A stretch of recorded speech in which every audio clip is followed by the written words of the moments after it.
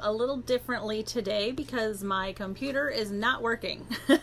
But in the desire to get these videos done, I decided that I'm just going to do it a different way. So I'm doing this from my phone today instead of my computer.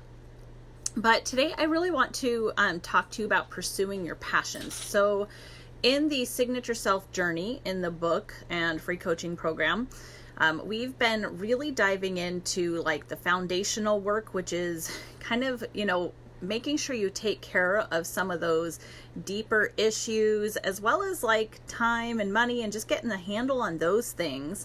And then the last week we spent time really discovering the real you. We did a bunch of assessments, personality stuff, strength finders, all of those things, just so that you can get a better idea of who you really are. And so the whole purpose of this is so that you can begin to pursue your passions and figure out what that even looks like. So I'm going to actually break these up into a few different videos because I got to be honest with you, I got a lot of information here, and I'm going to try not to do too much because the truth is you'll get more out of me when we do stuff like if you join the book, which is free. I'll put a link in here. And we're actually going to do a lot of stuff with this in my Gals Club. So we will dive way deeper in there too. So I'm going to try and keep these somewhat short. Like I said, I'm going to do a couple of videos on this, but first I want to tell you a little bit about why this particular topic is so important to me. I really felt for years like I had all the things stacked against me. I was a pregnant teenager. I barely graduated high school, didn't go to college. Like there were a bunch of things. We were broke for a very long time.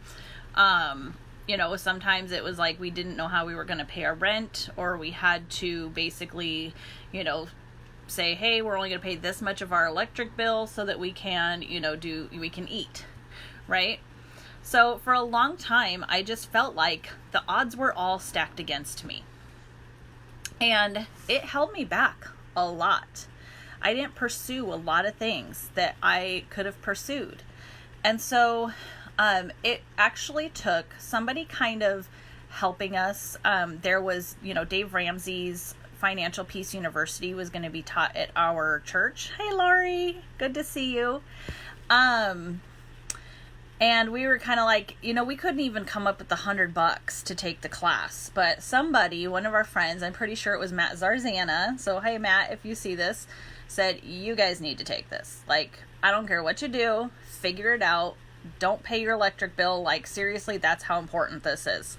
Find the $100. So we did. And I got to tell you, that was a huge life changer for us.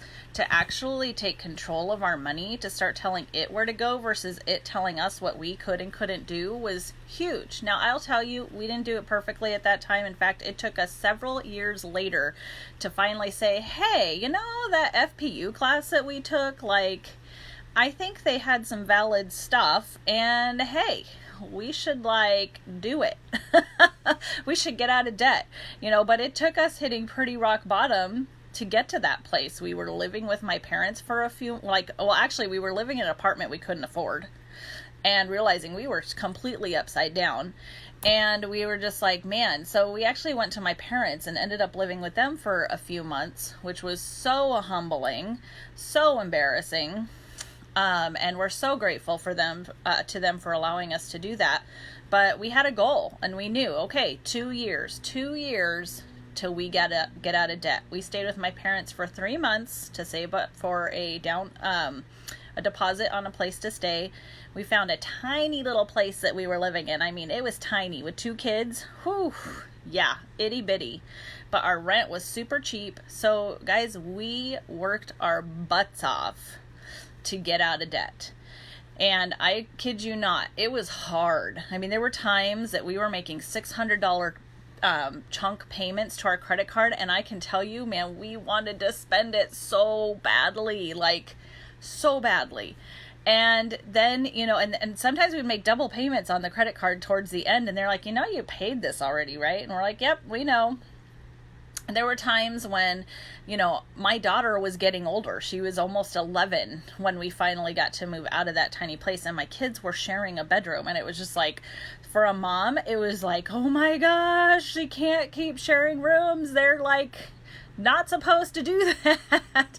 It was really hard, but we continued, we pushed forward, we kept putting money on all of our debts, so doing the debt snowball. And I kid you not, we were like, okay, we're not going to make it to 2 years. We got a bonus that we weren't expecting, and God blessed us greatly during that time, like hugely. It happened, and we're like, oh my gosh, okay, I guess we are going to make it in 2 years. Well, I had been looking at places downtown because we had a list of things that we wanted, and one of the things we really wanted was to live near downtown Vancouver, and we're kind of like, okay, cool, maybe we can make this happen. We found a place literally the next day. And I was just like, okay, Lord, if this is not meant to be, like, make it stick out like a sore thumb, because I wanted it so badly that I didn't want to just because a couple places we looked at were horrible.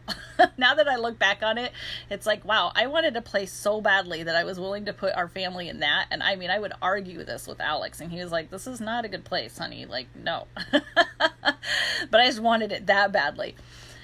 And we got the place we're in now, which we have, we rented for 5 years at a super cheap rate, like super cheap. And then as the market started going up, we bought it. In the time that I met Dave, that we were introduced to Dave Ramsey, I was also introduced to Dan Miller. Now, Dan Miller is the writer of 48 Days to the Work You Love. I happen to have his book right here. I give this book out. I love this book that much. He made me start thinking about what my purpose on this earth is. My purpose is much bigger than any career or any job.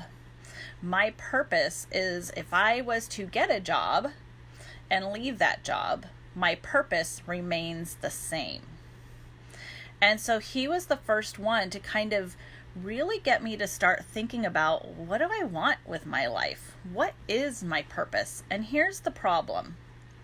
Many of us never think in that sense, because it's not what we're taught. We're just taught, go to school, get a good job, and have kids and a house, right? Like, that's kind of our purpose. And so a lot of us go through life and we've forgotten, or worse, we don't even know what we're passionate about. So we work, eat, sleep, repeat, right? And then we just do it over and over and over again. What Dan Miller taught me was that there's a difference between vocation, career, and job. And unfortunately, what most of us get caught in is either the job, which is the lowest form, or the career. And a career is not bad, but a lot of times, because it doesn't fit within our vocation, which I'm not going to talk about in this video, I will talk about it later, that a lot of us get to like 40, 50, and we're like, holy crap, I hate this job. Like, I hate the building I've climbed up, right? Like, I don't love this. The corporate ladder that I've climbed up sucks. Right? But because we didn't put any thought into it, like, a lot of us put enough thought in it to say, okay, I'm going to close my eyes at the college entry job thing and say, oh, okay, an accountant it is, right? Don't laugh. I've heard lots of stories like that. It's true. So what happens is we get into a depression, a rut. We don't feel worthy. We have such low self-worth. Our energy is really low, and we just can't figure out what the heck is going on, right? We get in the complaint chain. You get home and you start complaining about how bad your day was, and then your spouse does the same, and then your kids do the same. Hey, Crystal. And it's the complaint chain. Like, oh, who had a worse day? Oh, my day was worse than this. That's what we get into. And we feel like a hamster wheel. We just keep going and going and going and going, and we're not really getting anywhere, right? The only way to go is, like, maybe if somebody retires or dies, I might get their position, or they leave. And that's not a purpose. That's an existence. I want to get you guys from just existing to finding your purpose. So I am going to leave you there in this video, and I'm sorry, I hate leaving in that kind of a place. But here's the questions we're going to be asking in the next video. Who am I, and why am I here? We're going to stop thinking about just having a job or, you know, just kind of doing things because people say, hey, there's this going on, and you're like, oh, okay, cool, maybe I'll do that. To, you know what? This is what I am meant to do. This is what I was put on this earth to do. And you know what? Yes, I will do that job because it fits within this. Or no, that doesn't fit any of my values.